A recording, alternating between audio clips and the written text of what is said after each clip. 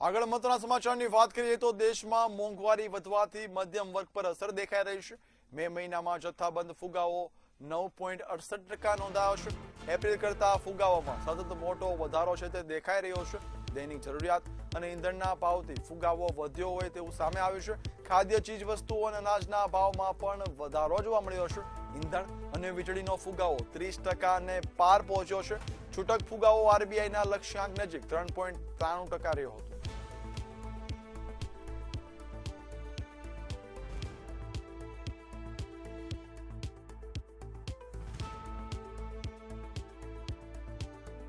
તો હાલ આપણી સાથે સંવાદદાતા સત્યમ છે તે જોડાઈ ચૂક્યા છે। જી સત્યમ, જે રીતે હાલ મોંઘવારી વધી છે અને મધ્યમ વર્ગના પરિવારો પર અસર થઈ રહી છે, શું છે સમગ્ર વિગત ને શું છે સ્થિતિ?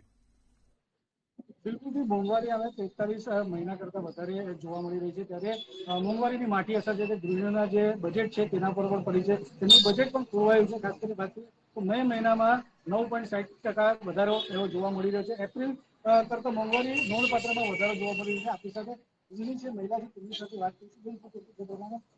મોંઘવારીનો વધ્યો છે, બજેટ પર શું માઠી અસર છે? ચોક્કસ મોંઘવારી તો વધવાની જ છે, કારણ કે જે પેટ્રોલ ડીઝલના ભાવો વધે છે અને આગળ ઉપર જે તકલીફ થઈ છે એટલે ટ્રાન્સપોર્ટેશન જેટલું એના ફ્યુલના ભાવ વધશે એ પ્રમાણે મોંઘવારી દરેક જગ્યાએ છે।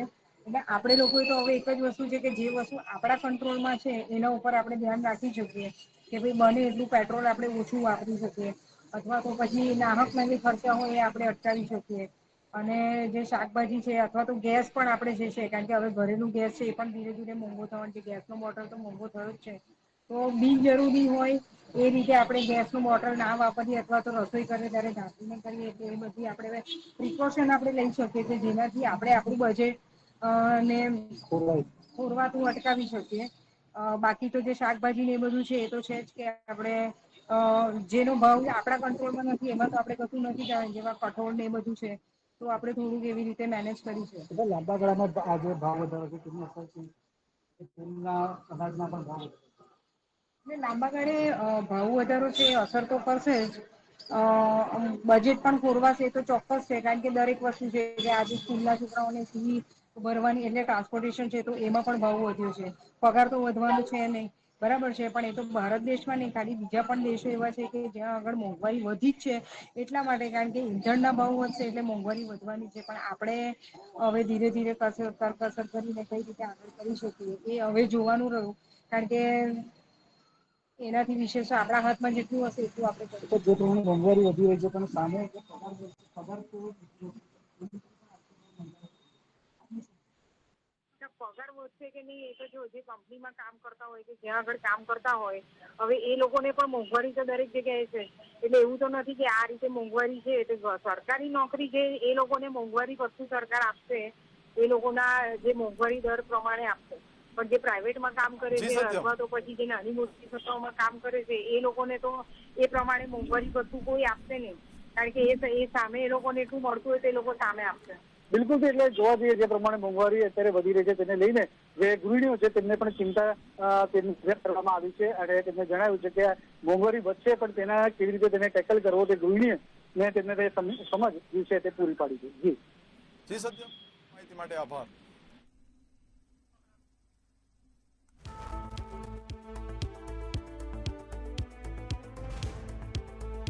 સુરતથી સંવાદદાતા દીપક રાય છે તે લાઈવ જોડાઈ ચૂક્યા છે। જી દીપક, જે રીતે મોંઘવારી હાલ વધી રહી છે, મધ્યમ વર્ગ પર શું અસર દેખાઈ રહી છે? બિલકુલ જે સ્વાભાવિક પર છે કે મોંઘવારી વધી છે, પેલા પેટ્રોલ, ડીઝલ, ગેસ, સીએનજી, જે આપણે એલપીજી ગેસ ઘરમાં વપરાતી હોય, રાંધણ ગેસ, એક એક કરીને જે ભાવ વધ્યો તે હાલ હવે જે ભાવ છે આસમાને ચડી ગયું છે। જે ગૃહિણીઓ છે, જે ઘર ગૃહસ્થી ચલાવવાના માણસો છે એના બજેટ ખુશવાઈ ગયું છે। ખાસ કરીને વાત કરીએ હાલ એક અમે હોટલ પર ઉપસ્થિત છે, હોટલ માલિકો પણ વાત કરવામાં આવશે કેટલું મુશ્કેલીનો સામનો પડી રહ્યું છે। આપનું શું નામ છે ને જે હિસાબે શાકભાજી થી લઈને ગેસ ની બોટલ બધામાં ભાવ વધુ છે, શું કહેશો કેટલું મુશ્કેલ પડે છે? पंजाबी रसोई से चलाता हूँ, दूध में 8 रुपए की डिश बेचता हूँ। इसमें पहले की टमाटर 200 रुपए का 600-700 रुपए हो गया, हरी मिर्च 30-40 रुपए 110 रुपए हो गई है। धनिया ले लो, कोई भी जो गैस का बात ले लो, पहले 1800 रुपए का 35 रुपए का हो गया।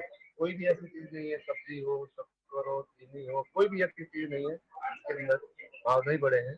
इतना भाव बढ़ चुका है कि हमें कुछ सुझाता भी नहीं, लेकिन क्या करें, मजबूरी वश हमको 60 रुपये का डिस्ट्रिक्ट बेचना पड़ रहा है।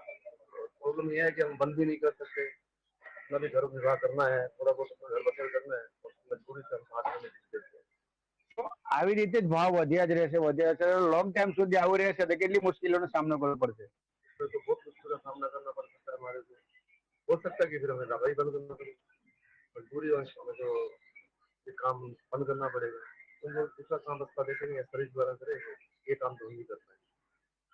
હાલ જે હિસાબે મોંઘવારી છે મોંઘવારીને લઈને કેટલી તકલીફ સામનો કરવો પડ્યો છે રોજ ને રોજ જે સબ્જી વાગ લાવવાનું હોય છે? अभी प्रॉब्लम ये हो गई है कि हमें घर खर्चा, लेबर की सैलरी कुछ भी नहीं निकालना बहुत मुश्किल हो रहा है, लेकिन मजबूरी है तो हम चला रहे हैं। બિલકુલ જે હિસાબે મોંઘવારીના ભાવ ને ખાલી ગૃહિણીની જે હોટલ ચલાવતા એમની જોડે છે કેમ કે ખાસ કરીને જે ગરીબ ને મધ્યમ વર્ગના લોકો અહીંયા આવતા હોય જે અહીંયા નોકરી કરતા એને નજદીકની હોટલમાં આવતા હોય ખાસ કરીને જે નાના વર્ગ છે તેને એક મોટું મોંઘવારીનો સામનો કરવો પડશે કેમ કે જે હિસાબે એક એક કરીને વસ્તુ મોંઘવારી વધી રહી છે પહેલા પેટ્રોલ ડીઝલ પછી રાધન ગેસ એલપીજી ગેસ પછી લાઇટ બિલ જે પછી જે હિસાબે શાકભાજીમાં बढ़્યું છે એને કશે કશે જે ગૃહિણી હોય શાક માર્કેટના ભાવ લોકો હોય વેપારી હોય કે પછી હોટેલ વાળા હોય બધા કશે ને કશે મુશ્કેલીઓનો સામનો કરી રહ્યા છે ને જે ઘર ખર્ચા અને બજેટ છે કોસવાઈ રહ્યું છે. જી જી દીપક, સમગ્ર માહિતી માટે આભાર.